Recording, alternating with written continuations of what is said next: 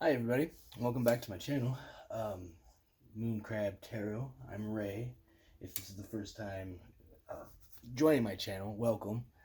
Um, if this resonates with you or you like what I have to say and all that good stuff, go ahead and like, subscribe, share if you feel. Um, I This is a reading for the energy of the day, and I don't know if you can see. I'll bring these over. So today's energy starts off with the Devil card, which reduces down to the Lovers. And this is actually the second time in 3 days that we are in this Lovers energy. But today we're led first with the Devil, whereas the day before yesterday it was a 6 day, and it was not. We're in a whole new energy with it being the 1st of September. We're still working through that Lionsgate portal, the energy that came along with that, because we were all forced through another expansion. The way the energies that I've been picking up on for people, for the collective anyway, is one of moving out of karmic relationships. And my purpose is to help people with their soul's journey when they've reached that dark night of the soul time, which I don't really like I don't like those words, but the ones that we use so people can recognize them.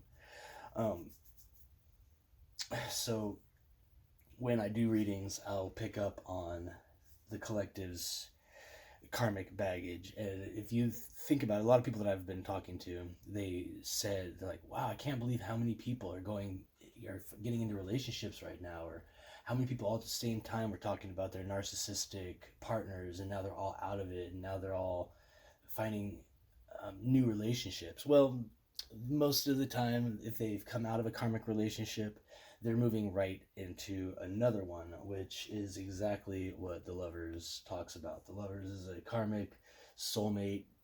People refer to them as twin flame, which, if you're stoked on having a twin flame relationship, then you don't know about twin flame relationships. There's generally nothing very beautiful about them, except for the opportunity to grow and learn from each other, because ultimately you are coming from a place where the Lovers were divinely brought together because of life lessons, two people on separate paths, right?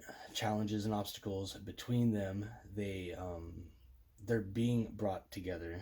They're always, guided together. We all have soulmates.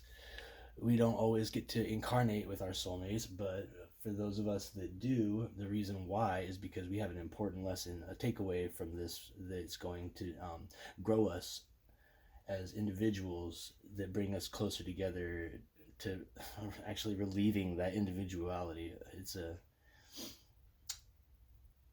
I'll go more into it. So you can see, like, right off the bat, you look at these cards and you can see that they are mirrors of each other. Now, in a mirror, when you raise your left arm, the reflection looking back at you is raising its right.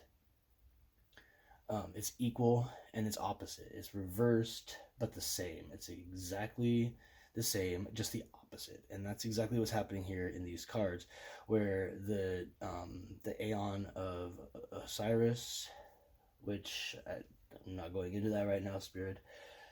The divine has brought the two together.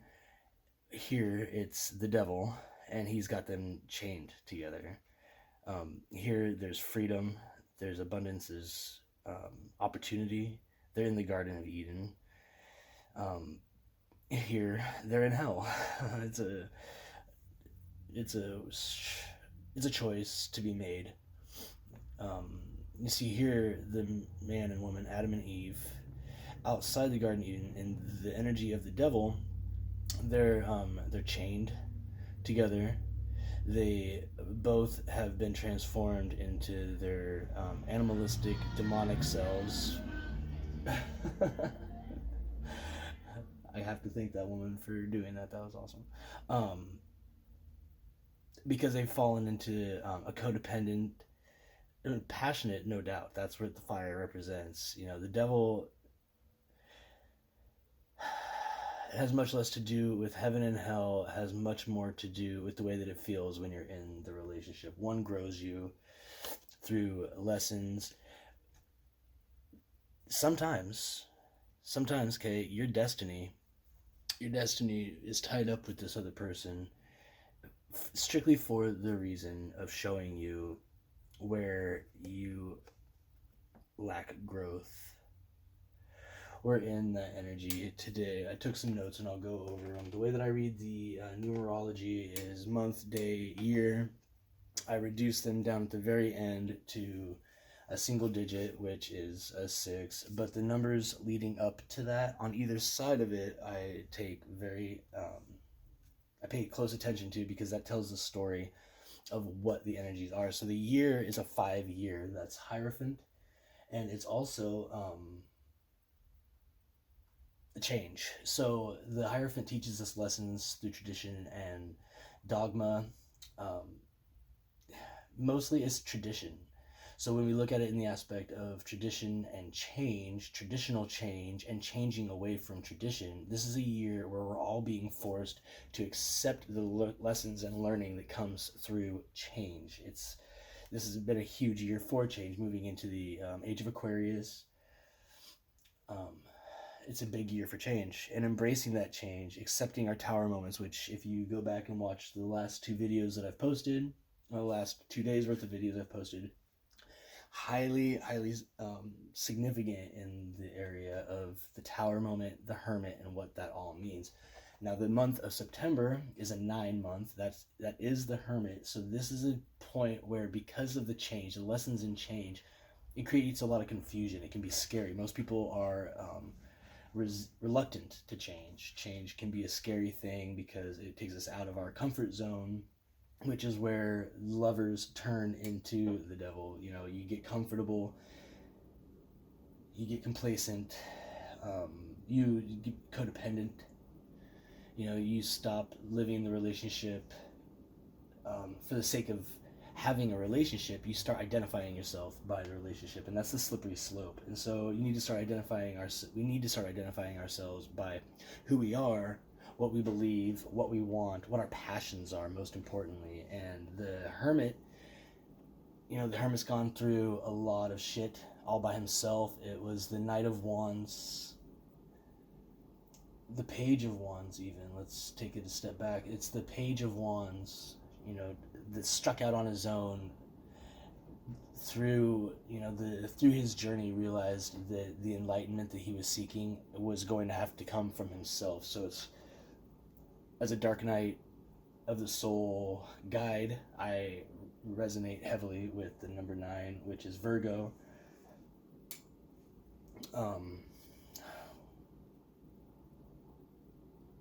Yeah. Where was I going with that? Spirit is fucking with my head right now. Okay, so the month, the Hermit, the day, a 1, that's Magician, and then 5, the Hierophant, the change. So through inner guidance, through taking that time to gather, understand, and appreciate the knowledge that comes from within, our ability to trust our inner guidance, to receive enlightenment by following our intuition through the High Priestess's path. That's the way that I took it. The High Priestess, I chose the path of the High Priestess instead of the Empress, which is a choice. That was one of my tower moments that I was guided towards. And the Hermit always sits atop a tower. That's how I read his energy. He guides from the tower tops, and when we reach a tower moment, whether or not it's something we're ready for or not, tower moments happen to put us back on our destined path. Now, if we are in alignment with our destined path, those tower moments get avoided. The tower will crumble anyways, but it's behind us and we never get to see it. It doesn't rattle us, it doesn't shake us, it doesn't loosen our foundations at all, because we went the path. When the road forks, we took the path that was in alignment with our destiny. We trusted and believed in the hermit and we follow the light of his star. He turns a tower into a lighthouse, and he waits patiently atop that tower with his ace of wands that he took all those years before. And he trusts himself, and he asks us to trust him. So that's where we're at. We're being asked to trust that we have all the tools that we need. That's the magician. The magician has all the tools of the trade before him. He knows how to manifest, but it's a child. It's a child's energy, the magician is, to me, as a reader. So we're being guided right now, as difficult as it feels. We're being guided by an inner truth and an inner light that comes from within, and we're being asked to use the tools at our disposal to embrace the change. You know, the message of this last week has been embracing the tower moments, like accepting the fact that change happens for our highest good, that no change that comes, even as painful as it is designed to punish or harm us. It's that we have been out of alignment, and now we're being put back on the correct path. Because if you're not in alignment, if you ignore where the hermit stands, if you go your own way, if you don't let the lighthouse guide you, it's fine. You have that free will, but you will inevitably be put back on course with your destiny by another tower moment. This one will rattle your foundations because it was the tower that you chose that was out of alignment.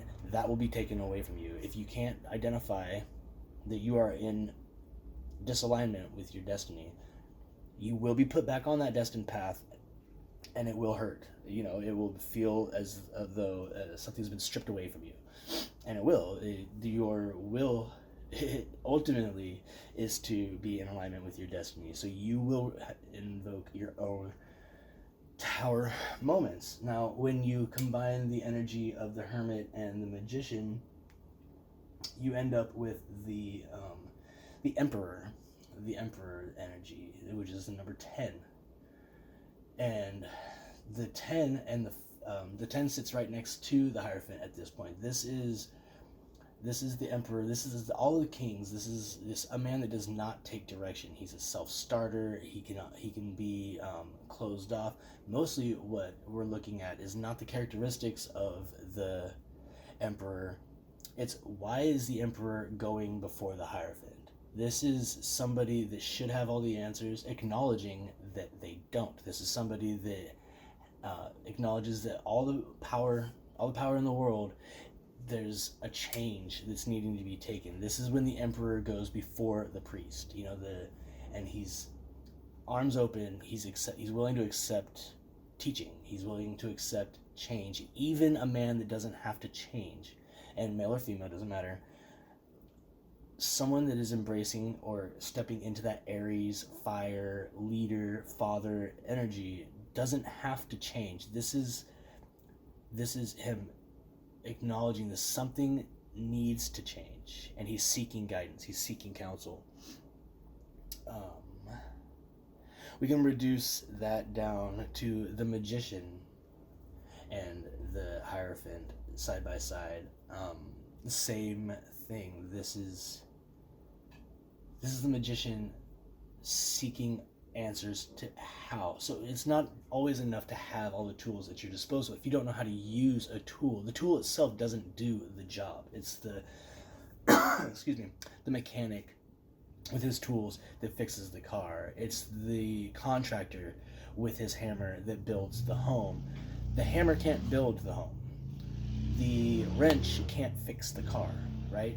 So you go to school, you go and you learn, you seek a higher teacher, you seek somebody with the knowledge to pass that knowledge down to you so that you can use the tools at your disposal.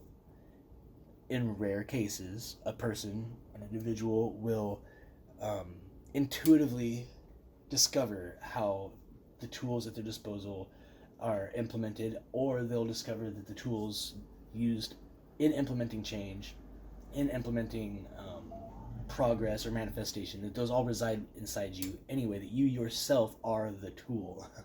And that can be a hard thing for people to wrap their heads around. it reduces again to the hermit and the lovers sitting side by side. Now this is where the relationship turns karmic. And day before yesterday, in a 6th day, it was an acknowledgement that this karmic balance, the collective energy, it doesn't have to be about romantic love. This is any soul. Like, a lot of us were experiencing each other in a new way, because even as separate as this coronavirus has got us all, the further away we're pushed from each other, it creates a vacuum, and that vacuum will be filled. And the further apart that we separate ourselves, the stronger the draw pulling us together is. It's a unintended side effect of the separation, the 6 foot distancing. Like, the physical reality is we're all further apart, and as a result, we're all being drawn closer and closer together. So this is bringing in karmic relationships of every kind, like whether it's with your family, friends, work, lovers, children. It doesn't matter. The void is having to be filled, and it's bringing soul contracts into play. At least that's the message for me to give to those that are intended to hear it. Like, if you're watching this, you're probably experiencing a lot of this soul growth pains, which is tower moments related to your karmic relationships. And the hermit has been through all of this before. It's just a reiteration, because we're not all entitled to our relationships. We're not all ready for them. When you are presented with a relationship, you're automatically placed on a fork of the road.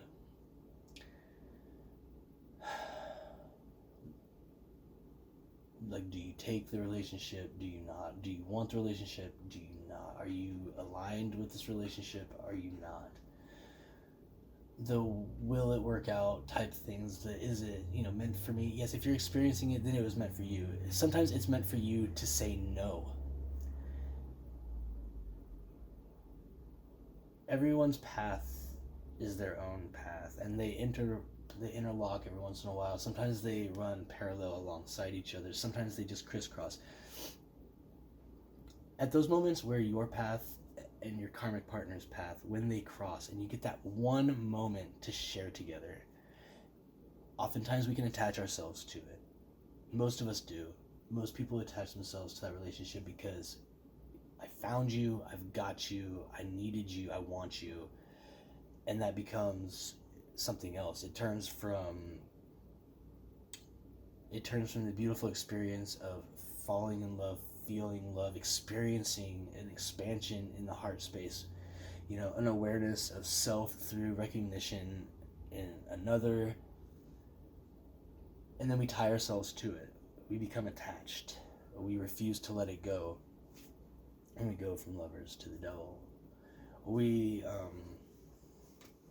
start identifying ourselves by that relationship, and we take it from the lovers to the devil. The hermit, if we let our inner light guide us, when we reach the moments when the relationship has ended, when we've received and given all that we can in that relationship, and sometimes it's a short period of time. It's not every person is your forever person, and if you try to make it that way, that's where we stumble. That's where we slip and fall. That's where we take a divine blessing and we turn it into a karmic curse. It's unfortunate, but the lover's energy, the 6 energy, is the most stable of all the energies. It's naturally the strongest. It's naturally the strongest, most stable number.